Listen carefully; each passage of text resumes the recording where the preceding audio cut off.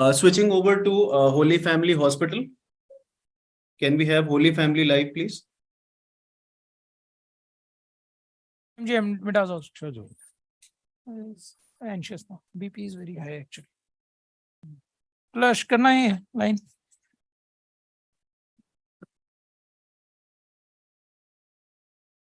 So are we live? Yes, ठीक है sir. तुरंत. We are live? ठीक.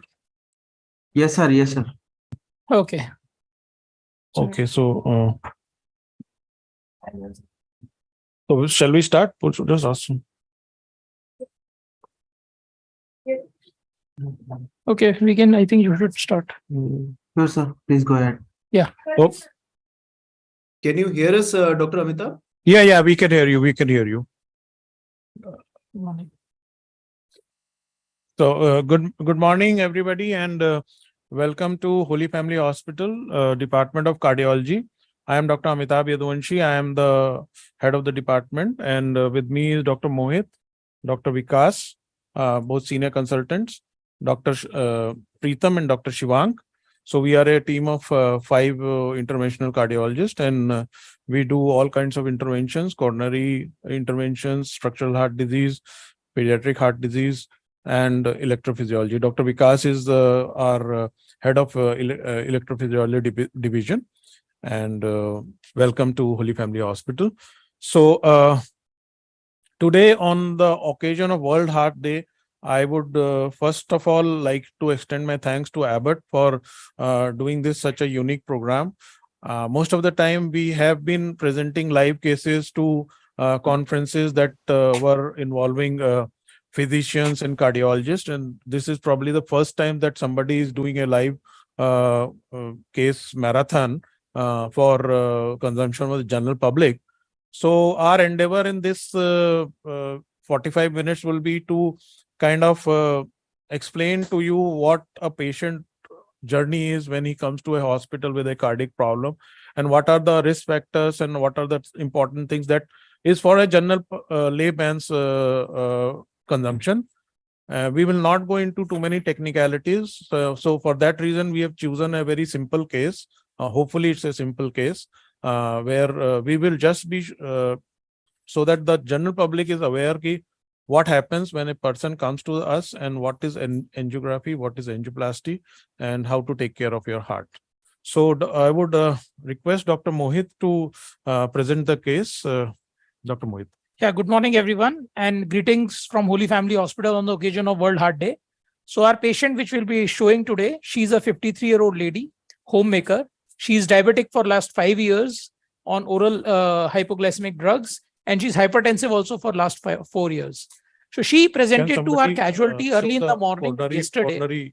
Her complaints were that since last 15 days, she had shortness of breath while she was climbing upstairs and had some substernal or chest discomfort. This discomfort worsened since last 5 days, and that brought her to our hospital early in the morning yesterday. So this clinical presentation, where a patient is presenting with a very short duration, that is less than 2 weeks or 2 months, duration of cardiac symptoms like shortness of breath or chest discomfort or feeling of own heart rate. This symptom complex is known as unstable angina. We did her ECG. There were few ECG changes which were suggestive of acute coronary syndrome or a heart attack-like situation. Then we ran a blood test which we call as cardiac troponin I. This cardiac troponin I is secreted by muscles whenever there is some insult to cardiac muscle. So that troponin I was also raised, which made the diagnosis of non-ST elevation myocardial infarction, or as in layman we call heart attack. So she was immediately admitted, was started on blood thinners. So we give 3 kinds of blood thinners in all heart attack patients. Initially, she was given a chewable aspirin, 300 mg, and a P2 vital inhibitor, that is ticagrelor, 180 mg by mouth, along with a statin, that is lipid-lowering drug, 80 mg, atorvastatin. Thereafter, she was giving an injectable blood thinner, which we call unfractionated heparin or heparin, 5,000 units.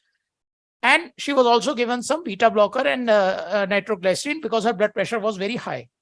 So all these drugs, when given, give her some kind of relief. Now, for the workup of this acute coronary syndrome or non-ST elevation myocardial infarction, we do certain test. An echo was done immediately, which showed some dysfunction in the muscle, which was giving us the territory of left anterior descending, the most important artery of the heart. Then we went ahead and we did an angiogram yesterday. So I would request Dr. Amitabh to please explain the coronary angiogram to the lay public. So, coronary angiography, what is coronary angiography? So, coronary angiography is just taking a picture. So, I would also, since many of our audience would be more conversant with Hindi, तो I'll mix.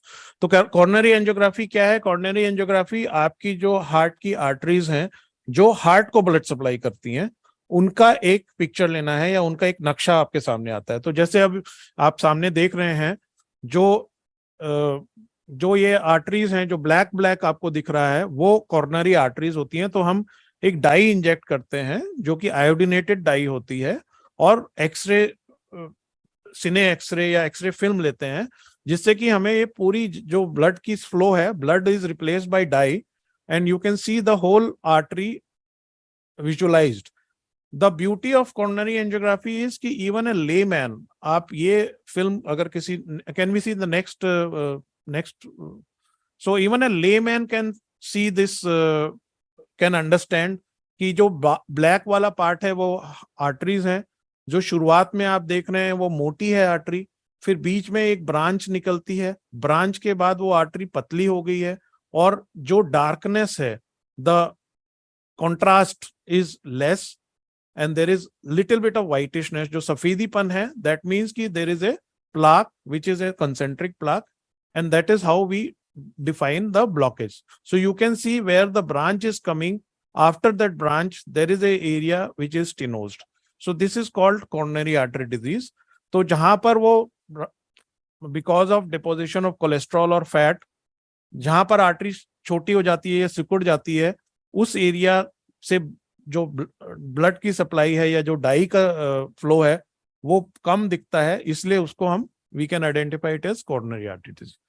Then now we have also advanced way of doing assessing them further, जिसको हम intravascular imaging बोलते हैं, जिसमें दो type की majorly होता है, एक है ओसीटी और एक है आईबस. कुछ केसेस में जहां पर हमें उतना क्लियर नहीं पता चलता है, या जब हमें प्लानिंग में उसको देखना होता है कि कैल्शियम कितना है या प्लैक जो है वो कितना फाइबरस है, और क्योंकि हम नॉर्मल केसेस में, मेजॉरिटी केसेस में सिर्फ बैलूनिंग करके स्टेंट डालते हैं, बट कुछ केसेस में हमें स्पेशल टेक्निक्स यूज करनी पड़ती है, जैसे रोटाबलेशन है, ऑर्बिटल एथरेक्टमी है, लेजर है. उन सिचुएशन को आइडेंटिफाई करने के लिए हम इंट्रावेस्कुलर इमेजिंग करते हैं. इस केस में हमें इंट्रावेस्कुलर इमेजिंग की जरूरत नहीं है, तो हम उसको नहीं करेंगे. कारण यह है कि हर एक प्रोसीजर जो आप करते हैं, हर एक एडिशनल इमेजिंग जो आप करते हैं, उसका खर्चा होता है.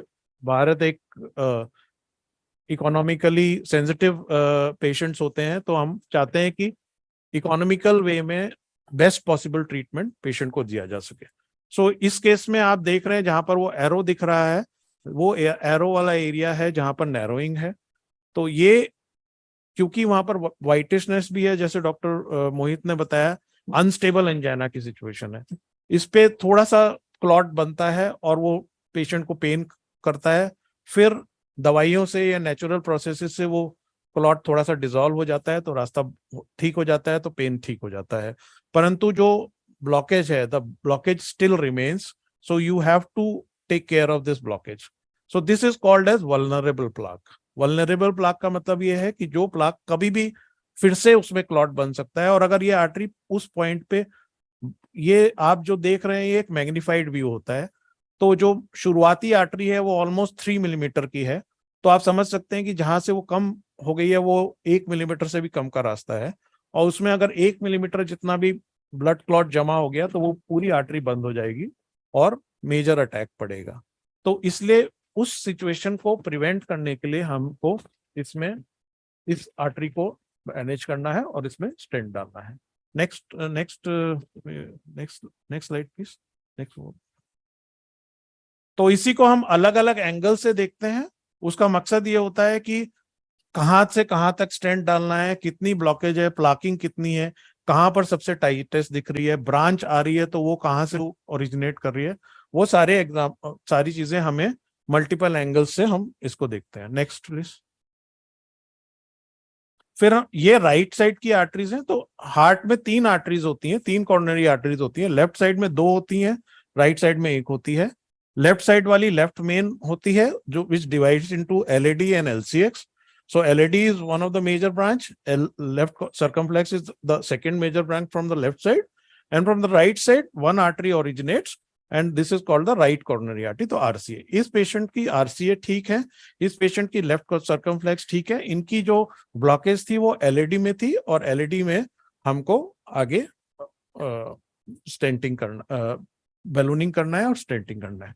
ठीक है, तो अब हम इस पेशेंट को प्रोसीजर शुरू कर रहे हैं। तो बेसिकली इनकी पेशेंट की ग्रोइन में हमने एक छोटी सी ट्यूब डाली हुई है। There is a small tube in the groin. We can also do it from the radial artery, so it depends on the operator's preference. So in this case we have taken the femoral route, and this is a small tube which is called as a guiding catheter. और इस guiding catheter को हम उस groins में अब डाल के we will reach the heart. उस पे लाइट कुछ है। तो ये एक गाइड वायर है। गाइड वायर के सहारे हम उसमें आर्टरी के पास पहुंचते हैं। ये हमारा कैथेटर आ गया जो आर्टरी के पास आ रहा है, and then we remove the guide wire, we connect the flush on करो, फ्लश ऑन करो। We connected to our pressure monitoring system. तो ये एक मैनीफोल्ड बोलते हैं, इससे हमारा प्रेशर मॉनिटर हो रहा है। जो येलो लाइन आपको दिख रही है वो येलो जो दिख रही है वेवफॉर्म वो प्रेशर है। ऊपर आपको ईसीजी दिखाई दे रहा है, और इसी में हमारी डाई कनेक्टेड है। तो हमने डाई फिल करी।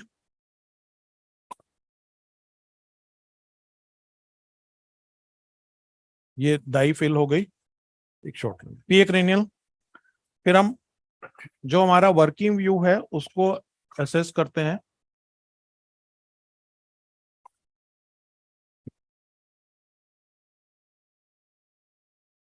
और फिर हम, क्योंकि इसमें इस आर्टरी में एक ब्रांच भी है, तो हम समझा दे।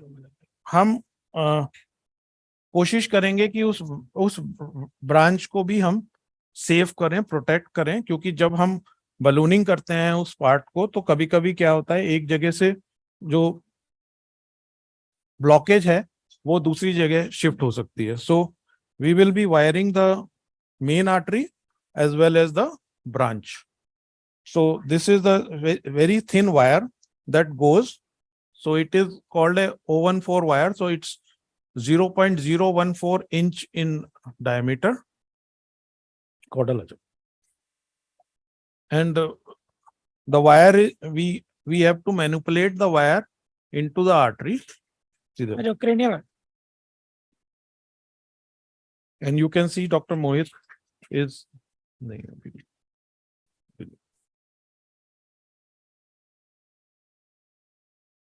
so sometimes we have to give a little dye.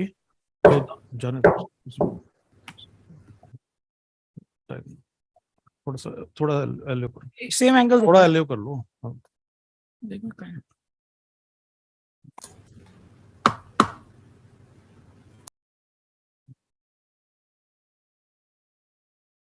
So he has put one wire into the diagonal.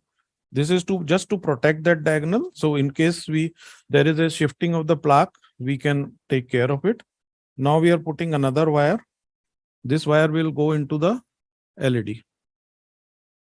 तो जब तक डॉक्टर मोहित ये कर रहे हैं, मैं थोड़ा बेसिक आपको बताना चाहता हूँ कॉर्नरी आर्टरी डिजीज के बारे में। कॉर्नरी आर्टरी डिजीज आज की डेट में वर्ल्ड ओवर में नंबर 1 हार्ट डिजीज पर से is the number 1 cause of death all over the world.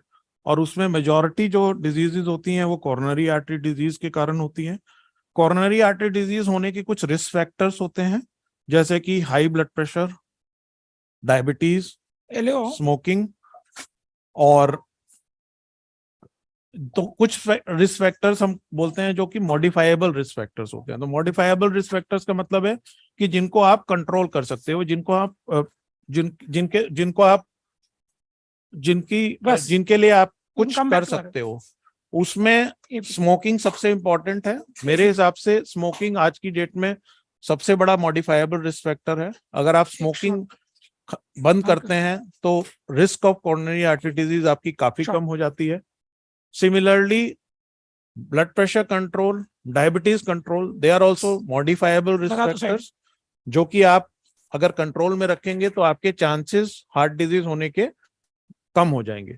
जो नॉन मॉडिफाइबल रिस्क फैक्टर्स होते हैं उनमें हम बोलते हैं, एक तो आपका एज है, आप एजिंग को नहीं प्रिवेंट कर सकते, बट जैसे जैसे आपकी उम्र बढ़ती है आपको ज्यादा सावधानी बरतने की जरूरत है।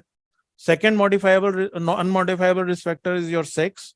मेल्स में कोरोनरी आर्टरी डिजीज ज्यादा होती है, परंतु ये बात नहीं है कि फीमेल्स में नहीं होती है। हम लोग बहुत फीमेल्स, इनफैक्ट ये पेशेंट भी एक फीमेल है, फीमेल्स में भी कोरोनरी आर्टरी डिजीज की प्रेवलेंस काफी है। और दूसरी इंपॉर्टेंट बात यह है कि अगर फीमेल्स में होती है, females they fare worse than males. They are, if they develop coronary artery disease, their outcomes are worse than males. So both ways, ultimately they probably equalize. So both males and females are prone to heart disease. तीसरी चीज जो non modifiable है वो आपकी genetics है। तो अगर आपके पेरेंट्स को हार्ट डिजीज है तो फिर चांसेस हैं कि आपको भी हार्ट डिजीज हो। बलून। तो आप डॉक्टर मोहित ने दोनों आर्टरीज को वायर कर लिया है, अब हम आर्टरी को बलूनिंग करेंगे। तो बलून एक ये पतला सा एक कैथेटर होता है, इसके मुंह पे बलून लगा होता है जो हम इस वायर के ऊपर चढ़ा के आर्टरी तक पहुंचाते हैं। तो ये वायर, इसको हम गाइड वायर बोलते हैं। तो ये बेसिकली गाइड वायर का मतलब यही है कि ये बलून को या कोई भी जो हम चीज डाल रहे हैं उसको ये गाइड करता है। तो ये गाइड वायर, अब ये बलून अब हमारा आर्टरी में जा रहा है। तो आप अगर एंजियो वाली फ्लोरोस्कोपी स्क्रीन पे ध्यान दें तो ये दो वायर्स हैं जो अलग अलग ब्रांचेस में हैं, और ये बलून जो है, ये जो दो डॉट्स दिख रहे हैं ये बलून के दो मार्कर्स होते हैं। और अभी गाइडिंग ठीक है, ठीक है। ठीक है। अभी आप इसको देखेंगे कि ये हम एक शॉट ले, थोड़ा पुश करना। ये देखिए थोड़ा सा बलून पहले था तो हमने उसको अब पोजीशन किया। शॉट, ठीक है, गो अप। तो अब हम ये बलून को फुला रहे हैं। तो बलून के ऊपर अब डाई जाएगी और उसका 5, 6, 7, 8, 9, 10। 2 mm का है 2.5। ये, हाँ 2.5। ये 2.5 मिलीमीटर का बलून है। तो बलूनिंग का मेन पर्पस ये होता है कि जो ब्लॉकेज है, अगर वो टाइट ब्लॉकेज है या उसमें काफी फाइब्रोसिस शॉर्ट हो, तो हम उसको ब्रेक कर सकें और हमारा जो स्टेंट डालने का जो है उसका एक रास्ता बन सके। So basically it creates path for the stent, as well as if there is any tight blockages और any tough tissue, the balloon breaks it. 2.5. So we can also assess the length. So you can see the two dots. This balloon was 2.5 into 12 mm. तो जो दो dots के बीच की जगह है वो 12 millimetre की जगह है। तो उससे हमको एक अंदाजा हम लगा सकते हैं कि कितना बड़ा हम स्टेंट लगाएंगे। ठीक है, व्हाट डिड यू डू? वही पिछला वाला दिखाओ। एक minute, I have to rewire. Okay, अच्छा, दिस इज। तो हमको इससे एक आइडिया हो जाता है कि कितना बड़ा स्टेंट लेना है। थोड़ा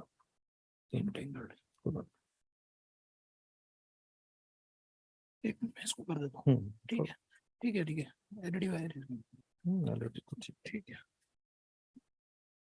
बहुत बार जब दो वायर डालते हैं तो वो दो वायर एक दूसरे में कभी कभी इंटेंगल हो जाते हैं। तो हमारा मकसद यही रहता है कि वो वायर जो है वो एक दूसरे से आप समझे वो नंबर। एक दूसरे टोटल आ जाओ। एक दूसरे से आपस में उलझे ना, परंतु कोई it's not a big thing. तो डॉक्टर मोहित अब फिर से उसको वायर करने की कोशिश कर रहे हैं। ठीक है, क्रेनियल। Cranial.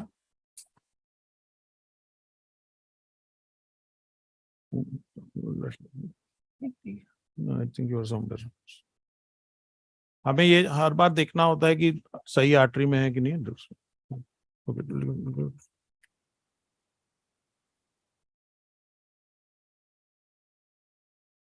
कॉर्डल आ जाओ।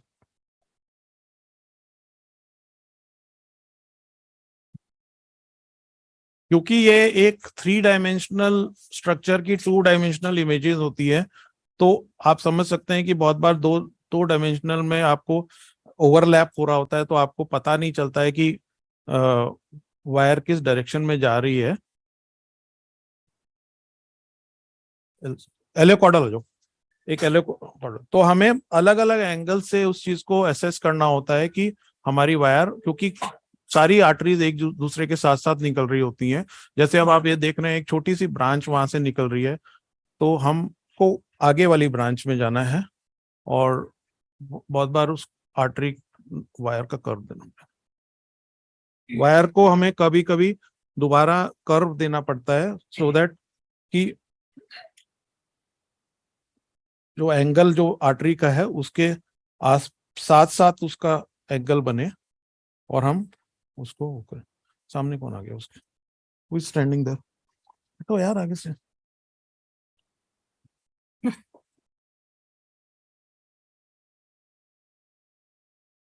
ठीक है, आप बता। You can tell about the procedure I'm doing. तो अभी हमारा बैलूनिंग हो चुकी है। डॉक्टर मोहित दूसरे वायर में वायर कर लेंगे, फिर हम इसमें एक स्टेंट लगाएंगे। अब स्टेंट क्या चीज है? Stent is like a metallic spring. So आज की डेट में 2 टाइप के स्टेंट्स आते हैं, मेटेलिक एंड नॉन मेटेलिक।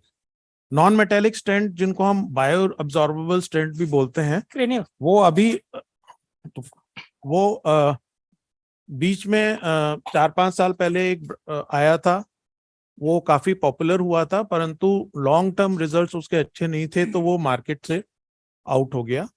अब एक दूसरा बायो अब्सॉर्बेबल स्टेंट आया है, जो कि गर्व के साथ कहने की बात है, it's made in India and it has shown good results, and internationally भी काफी अच्छे रिजल्ट्स आए हैं, और इंटरनेशनल कॉन्फ्रेंसेस में उसको प्रेजेंटेशन हुआ है, और उसकी पॉपुलैरिटी धीरे धीरे बढ़ रही है। तो दूसरा स्टेंट, जो स्टैंडर्ड स्टेंट होता है, वो मेटेलिक होता है। वो एक मेटेलिक मैश होता है, उसके ऊपर दवाई चढ़ी हुई होती है, which is called as drug eluting stent. तो वो दवाई जो है वो दोबारा ब्लॉकेज के चांसेस को कम करती है। तो अभी आपने देखा डॉक्टर मोहित ने फिर से स्टेंट वायर फिर से कर दिया है। अब हम उस आर्टरी को देख रहे हैं जहां पर पहले जो बलूनिंग किया था, और उस बलूनिंग का साइज से असेस कर रहे हैं। तो 12 मिलीमीटर का बलून है, लगभग 30 ले लेंगे। हाँ ऊपर भी जाएगा। हाँ 30, 12 और 24 30। 330, 3 330 साइंस। तो हम एक 3 मिलीमीटर चौड़ाई जो है, वो हम आर्टरी की चौड़ाई के हिसाब से करते हैं। 328 भी ठीक है। 333 28 33 12 30 है नहीं ना। 28 328 33 दे दो। 333 mm का स्टेंट हम यूज करेंगे। कारण ये है कि हम चाहते हैं कि जो ब्लॉकेज से पहले वाला एरिया है वो भी अच्छी तरह से कवर हो जाए, जिससे कि दोबारा ब्लॉकेज, क्योंकि जनरली अगर रीस्टेनोसिस, जिसको दोबारा ब्लॉकेज आना कहते हैं, restenosis occurs at the branching point. तो ब्रांचिंग पॉइंट को हमें बहुत अच्छी तरह से मैनेज करना होता है। इसको हम प्रोविजनल बाइफर्केशन स्ट्रेटेजी बोलते हैं, जिसमें हमारा जो इनिशियल हमारा प्लान है वो यही है कि हाँ कि एक स्टेंट से ही हम पूरा कवर करें, और जो ब्रांच है वो अभी हमारा पर्पस स्टेंट करना नहीं है, परंतु एट द सेम टाइम हम ये भी चाहते हैं कि अगर जरूरत पड़ी तो उसको भी स्टेंट करा जा सकता है। और हमारा जो प्लानिंग और प्रिपरेशन है वो ऐसा होना चाहिए कि अगर हमें दूसरे आर्टरी में भी स्टेंट डालना पड़े तो हमारे पास एडिक्वेट जगह होनी चाहिए। तो ये एक स्टेंट है, फोकस कर सकते हो। तो ये आप देख सकते हैं, ये बलून के ऊपर चढ़ा हुआ स्टेंट है। ये एक मेटालिक मैश है जो कि बलून के ऊपर चढ़ी हुई है, और जब हम जब इस बलून को इन्फ्लेट करते हैं तो वो स्टेंट इन्फ्लेट हो जाता है और वहां पर आर्टरी में एडजस्ट हो जाता है। जरूरत नहीं है ना, ठीक है। तो ये एक ड्रग एलूटिंग स्टेंट है, Zymes, which is one of the most popular stent in the world. Flush करना। जो ड्रग एलूटिंग स्टेंट जैसे मैंने बताया उसमें ठीक। दवाई चढ़ी हुई होती है, और जो अगले 3 से 6 महीने तक वो दवाई रिलीज होती रहती है।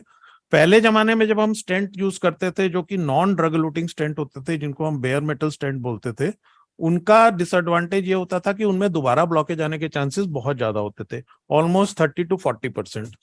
अब जो पिछले कई सालों से, इनफैक्ट ऑलमोस्ट 20 साल से अब जो स्टेंट बन रहे हैं वो ड्रग एलूटिंग स्टेंट हो रहे हैं, यानी कि उसमें दवाई चढ़ी हुई होती है और उसमें रीस्टेनोसिस या रीब्लॉकेज के चांसेस काफी कम होते हैं।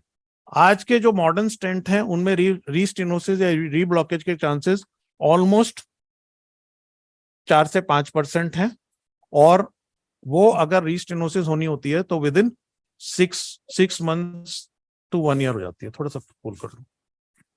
अब हम ये स्टेंट आप देख रहे हैं कि ये artery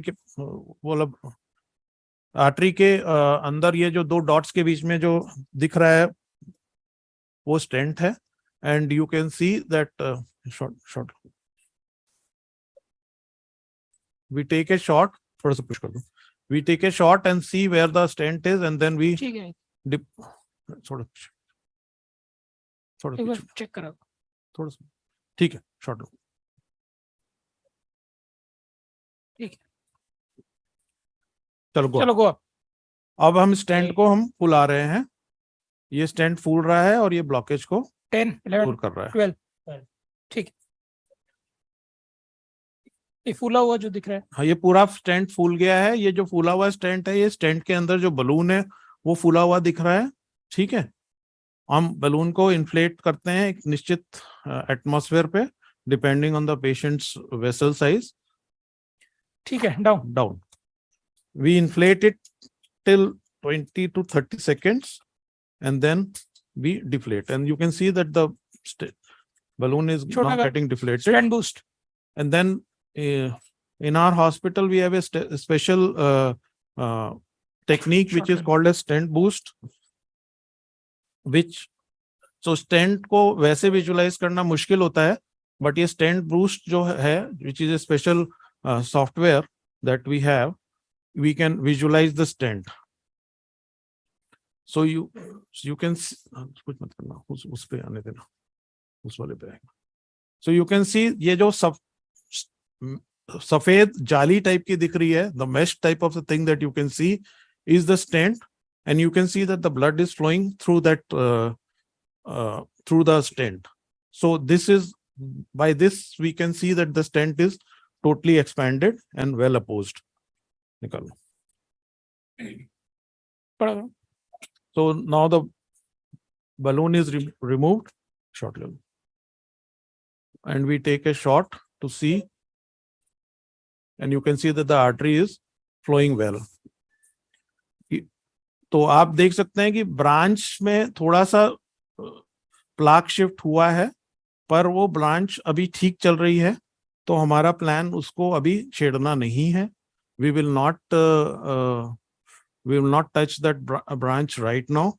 What we'll do is what is called a spot or proximal optimization.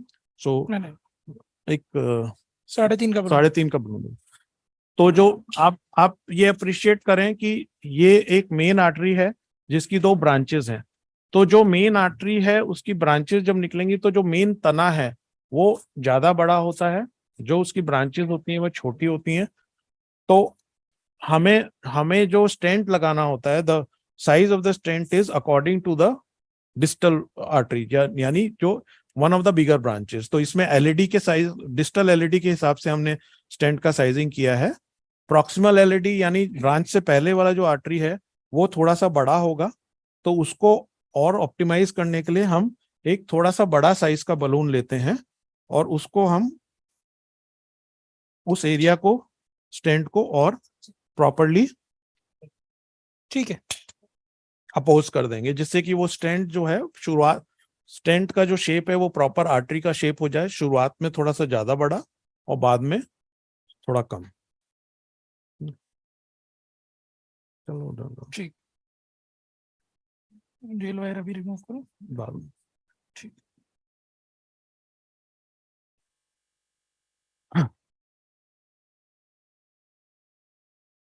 ठीक है। तो ये बलून आ गया, तो हमको केयरफुली इसको पोजीशन करना है, छोटा कर ले, जो कि स्टेंट के शुरुआती पार्ट पे ही रहे। तो अगेन हम वो स्टेंट बूस्ट जो हमारी टेक्निक है उसका इस्तेमाल करेंगे, एंड विल सी कि वो जो स्टेंट है, जो हमारा बलून है, वो स्टेंट के अंदर अंदर ही रहे, स्टेंट से बाहर ना जाए। तो ये हमने स्टेंट बूस्ट लिया और अब ये कंप्यूटर उसको एनालाइज कर रहा है, and here you can see कि जो दोनों डॉट्स हैं वो स्टेंट के अंदर अंदर है, जो जाली दिख रही है वो स्टेंट है और दोनों डॉट्स उसके अंदर हैं। चलो गो। तो हम इसको 10, 11, 12, 13, 14 हमने इसको इन्फ्लेट किया है और फिर डाउन। तो दोबारा प्रॉक्सिमल वाला पार्ट भी हमारा ठीक हो गया। थोड़ा पुश कर, दोबारा लेना। नहीं थोड़ा सा पुश करके करो, बस ज्यादा नहीं, ज्यादा थोड़ा और खींचो पीछे खींचो, ठीक है, एक शॉट लो, यहाँ ठीक है। शॉट ले लो, ठीक। थोड़ा खींच लो, थोड़ा सा फिर खींचते थोड़ा सा खींच लो, बस ठीक है, बोला 7, 8 बस। ठीक है, डिप्लेट, ठीक है, चलो निकालो, जस्ट ठीक है, बड़ा करो, देखो लो, थोड़ा सा इस तरफ करिए, एपी थोड़ा की तरफ, नहीं, एलो एपी एपी की तरफ लाओ, कम एलओ की तरफ, नहीं आ रहे हो, हाँ सॉरी एलो की तरफ लो, बस ठीक है, चलो निकाल लो बलून। तो ये बलून का काम खत्म हुआ, हमने बलून को निकाल लिया, शॉर्ट।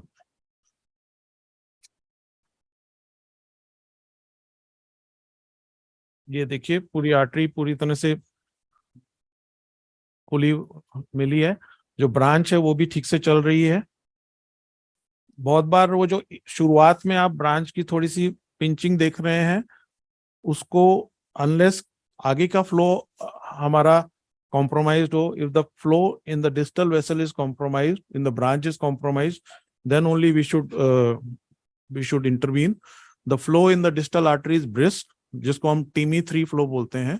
TME3 फ्लो है तो हमें उस ब्रांच के बारे में कुछ नहीं करना है। तो अब हम जो वायर है, जो जेल्ड है, उसको डॉक्टर मोहित निकाल रहे हैं, और ये जेल्ड वायर हमने निकाल ली, ठीक है।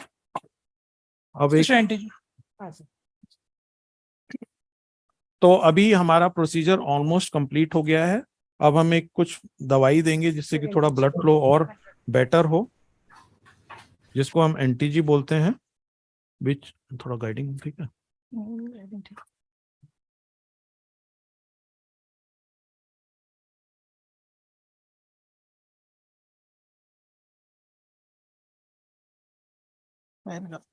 नहीं छोड़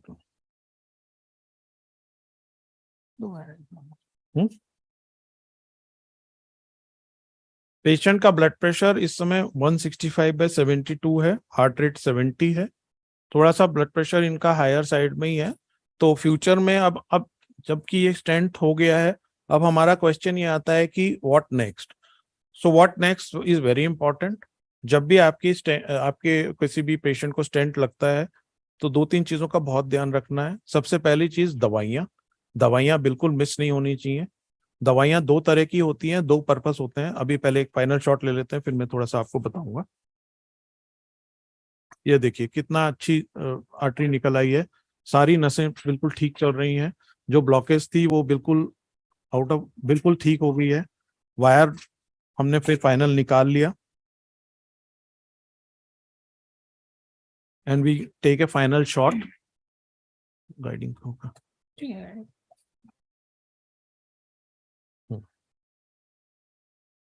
ये फाइनल शॉट है। आर्टरी पहले के मुकाबले काफी बेटर हो गई है।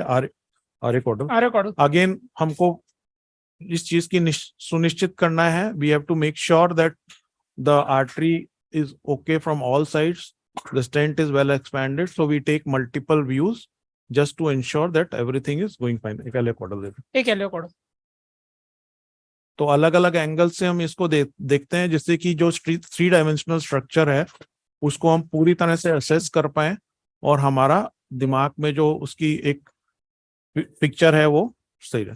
तो आप देख सकते हैं, माइनस तो ये फाइनल रिजल्ट है।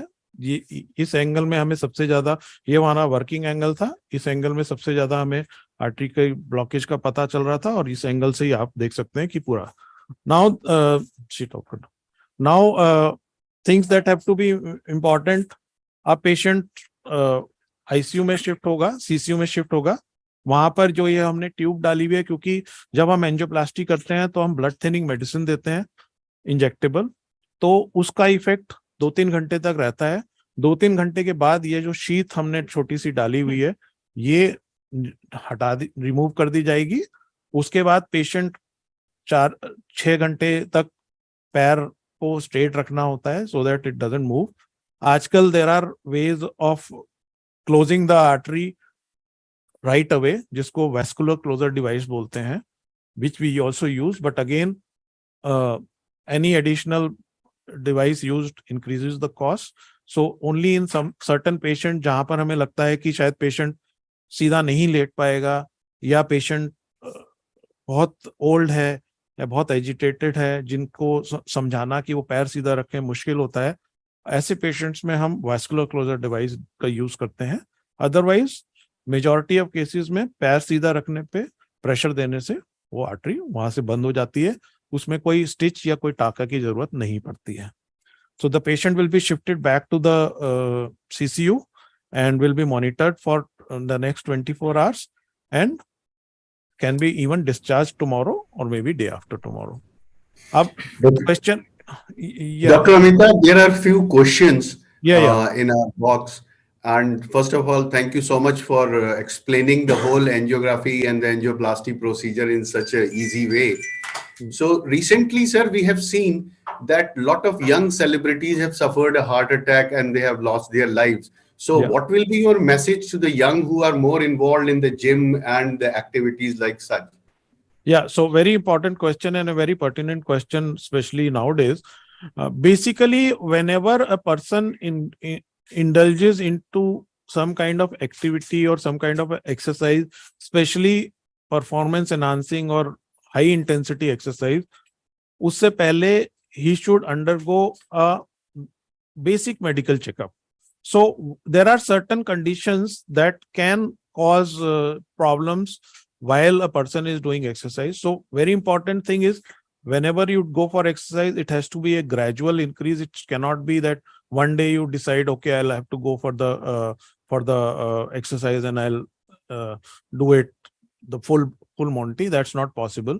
So you have to be gradual in your exercise training. Secondly, if you are going for a more than moderate or a severe kind of a exercise, then you should get your heart checked up. Basic tests like an ECG, maybe an echo, these two basic tests can rule out significant heart problems in a majority of patients, especially if they are otherwise asymptomatic. दूसरी important चीज ये है कि if there are symptoms, आपको अगर थोड़े से भी सिम्टम्स हैं या आपको रिस्क फैक्टर्स है, आप स्मोक करते हो, आपको ब्लड प्रेशर है, आपको शुगर है, then those patients should definitely get a pre-workup checkup before they go in for a very intensive exercise. People go for marathon. People nowadays it has almost become a fashion that people are going for marathon, which is a good thing. I'm not saying that they should not go, But before anybody who has otherwise led a sedentary lifestyle for say 40-45 years, and then suddenly they decide to go for a marathon training, they should get their heart checked out. Yeah, you want to add something? Yeah. तो जैसा doctor साहब ने बताया, देखिए कोई भी आप risk factors बहुत इंपॉर्टेंट होते हैं. तो apart from all the risk factors, हमने अपनी प्रैक्टिस में देखा है कि 2 रिस्क फैक्टर्स यंग पेशेंट्स में बहुत इंपॉर्टेंट है. एक रिस्क फैक्टर है स्मोकिंग. तो जो स्मोक कर रहे हैं उनको इस तरह के सडन हार्ट अटैक, बड़े heart attack, sudden cardiac death वाले हार्ट अटैक, इनकी रिस्क बढ़ जाती है. बिकॉज उनकी आर्टरीज चाहे इतनी एबनॉर्मल ना हो, पर सडनली एक थ्रोम्बस आके फंसता है और आर्टरी के शुरुआती भाग में फंसता है, तो बहुत सारा हार्ट का मसल जियोपार्डी में चला जाता है और पेशेंट उस बात को टॉलरेट नहीं कर पाते हैं. और दूसरा इंपॉर्टेंट रिस्क फैक्टर है, आपके परिवार में किसी की 50 वर्ष से कम में असामयिक अनएक्सप्लेन्ड मृत्यु हुई हो, या उन्हें एक बड़ा हार्ट अटैक पड़ा हो, या उनकी बाईपास सर्जरी हुई हो. ये जो 2 रिस्क फैक्टर है, ये बहुत ज्यादा महत्वपूर्ण है, स्पेशली यंग पेशेंट्स में, टू प्रिडिक्ट कि कोई छाती का दर्द या कोई अनईजीनेस, कोई गैस है या कोई हार्ट की बीमारी है. इस मरीज में भी हमने देखा था कि परसेंटेज ऑफ स्टेनोसिस इतना मैटर नहीं करता है जितना कि सिम्टम, कितने जल्दी वो सिम्टम आ गए हैं और कितना अनस्टेबल लीजन है. तो सेम गोज विद जिम में जो वर्कआउट करते वक्त लोग गिर रहे हैं, या सेलिब्रिटीज जिनको सडन कार्डियक डेथ हो रही है. स्मोकिंग एक्टिव हो चाहे पैसिव, मतलब या तो आप खुद बीड़ी सिगरेट पी रहे हैं या आपके मित्र आपके सामने पी रहे हैं, आप नहीं पी के भी आप उसका 50% नुकसान झेल रहे हैं. तो ये 2 रिस्क फैक्टर्स अगर आपके पास हैं तो you get yourself checked up. अपने बेसिक जांच कराइए, ईसीजी की, इको की. अगर ट्रेडमिल पे हम एक बार दौड़ाना चाहें तो स्ट्रेस इको की अस्पताल में, before you take up all this thing. And secondly, in young, apart from coronary artery disease, there are certain arrhythmic Yes. diseases also that also can cause sudden cardiac collapse in young patients. तो जिनकी, जैसे doctor मोहित ने बताया, जिनकी family में sudden cardiac death की history है, आपके चाचा, ताऊ, मामा, फर्स्ट डिग्री रिलेटिव जिसको हम बोलते हैं, या मदर फादर या भाई बहन, किसी को भी अगर सडन कार्डियक डेथ, यानी कि उसका पता ही नहीं चला, पेशेंट सोते सोते उठा ही नहीं, या डांस करते करते गिर गए, या कोई भी ऐसा अनएक्सप्लेन्ड सडन कार्डियक डेथ अगर आपके फैमिली में है, तो आपको अपना चेकअप जरूर कराना चाहिए. ईसीजी और इको, ये 2 टेस्ट हैं जो कि हमारे को इस टाइप के अरिथमिक इवेंट्स के बारे में पहले से हमें सतर्क कर सकते हैं, और जिन पेशेंट्स को इस तरह की कंडीशंस हैं, फिर उनका प्रॉपर ट्रीटमेंट होना चाहिए. इनफैक्ट वेस्टर्न कंट्रीज में तो जो लोग कॉम्पिटिटिव स्पोर्ट्स में इंडल्ज करना चाहते हैं, स्टूडेंट्स जो होते हैं, एडोलेसेंट जो होते हैं, उनका, जैसे इटली और स्पेन टाइप की कंट्रीज में तो मैंडेटरी होता है कि उनका बेसिक चेकअप हो. और उससे इटली जैसी कंट्री ने अपनी sudden cardiac death in athletes specially को ड्रास्टिकली ऑलमोस्ट 90% डिक्रीज कर लिया है, before the screening and after the screening. तो जो भी लोग, जैसे मैंने बताया, कॉम्पिटिटिव स्पोर्ट्स में पार्टिसिपेट करना चाहते हैं या बहुत विग्रस एक्सरसाइज में पार्टिसिपेट करना चाहते हैं, they should get their basic heart evaluation before they indulge in an exercise. Thank you so much, sir. Sir, there's one more question. Have you seen a rise in cardiac patients or heart diseases post-COVID, or the patients, they have an increased ones who had a history of COVID whenever there was a second or a third wave? Yes, again, this is something, a very burning question. Although there have not been any formal studies or any formal data for that, but still, anecdotally, and we have also, all of us have experienced this thing, the incidents have increased. The incidence of having a heart attack in a younger population have increased. And thirdly, more importantly, we are seeing a lot of arteries that are full with clot. पहले जैसे अब ये patient है, इनके इतने clot नहीं है. पहले हमारे पास इसी तरह की आती थी कि there was a plaque formation, there was cholesterol deposition, and there was some little clot formation which closed the artery. We do the ballooning, we open the artery, we put a stent, everything was fine. But of late, especially after COVID, we have seen that most of the time, many of the times when the patient present to us, उनकी artery पूरी ऊपर से नीचे तक clot से भरी हुई होती है. And we have to resort to measures like thrombossuction or laser to kind of dissolve that clot or remove the clot from the arteries before we can put a stent. और sometimes हमें ऐसा भी करना पड़ता है, जैसे अभी पिछले हफ्ते ही एक पेशेंट का हमने किया, इतना ज्यादा क्लॉट बना हुआ था कि even after thrombosuction, even after removing the clot, there was still a lot of clot that remained in the artery, and at that point of time, if we put a stent in the artery, the stent might get blocked. So in such patients, we start a medicine which dissolves the clot gradually, और 48-72 hours तक हम injectable medicines देते हैं, और उसके बाद फिर दोबारा एंजियो करते हैं. और अगर हमें लगता है कि क्लॉट सारा डिसॉल्व हो गया है और फिर भी कोई ब्लॉकेज है, then we put a stent. In fact, in that patient, we found that after 72 hours, the whole clot got dissolved, and actually there was no lesion. So it was only clot formation which had caused this. But then again, I would not directly correlate with COVID because there is no data, but definitely एक trend तो जरूर है कि Covid के बाद दूसरा possibility ये भी हो सकता है, लोग अवेयर ज्यादा हो गए हैं, थोड़ी सी भी प्रॉब्लम में लोग हॉस्पिटल आने लग गए हैं, तो बहुत सी चीजें जो पहले डायग्नोज नहीं होती थी वो शायद अब होने लग गई हैं. That is also one of the reason where the incidence have increased. But there is definitely people who have COVID, who have had severe COVID, they should be more careful about their disease. कोई भी symptom अगर उनको हो तो वो ignore नहीं करना चाहिए. Thank you, sir. Thank you so much for the nice explanation. So one more question is there. Does pollution also, since we are all living in Delhi and the pollution levels are so high, so does pollution also is a contributing factor for all these diseases? Definitely, pollution is a very important aspect. So as Dr. Mohit was saying, it's equivalent to a second-hand smoking. So even if you are not smoking, if you are living in Delhi, you probably are getting the risk factor of 4-5 cigarettes in a day as it is, because if you go out, there is so much of pollution, there is so much of vehicular pollution that you are actually ingesting a lot of smoke and a lot of harmful chemicals in that.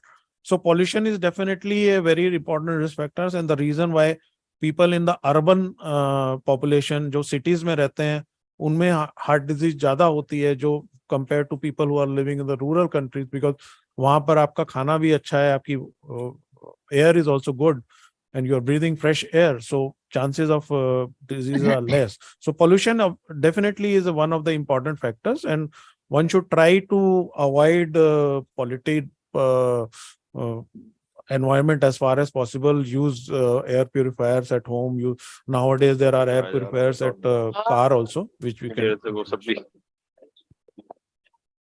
Sir, what is your message for the patients and your on the World Heart Day? So my message to the World Heart Day for my patients and for the general public and all my friends is that magnesium. You have to take care of your heart. 1 gram Heart magnesium. is the most important organ of the body. Heart Magnesium. pump करेगा, because ultimately when we declare somebody dead, when the heart stops. Mandar का है? जब तक heart beat कर रहा है, तब तक आपकी जान है. Heart beat खत्म हुई तो आपकी जान खत्म हुई. So please take care of your heart. Please get regular checkups. Please take care of your ABCs. आपका blood sugar control होना चाहिए, आपका cholesterol control होना चाहिए, आपका blood pressure control होना चाहिए. Don't smoke. Get a healthy lifestyle and don't ignore symptoms. Be ready whenever you have symptoms. Please get a proper medical attention.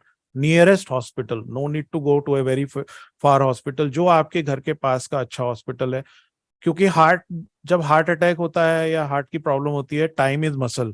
Please don't waste time going from one part of the city to another.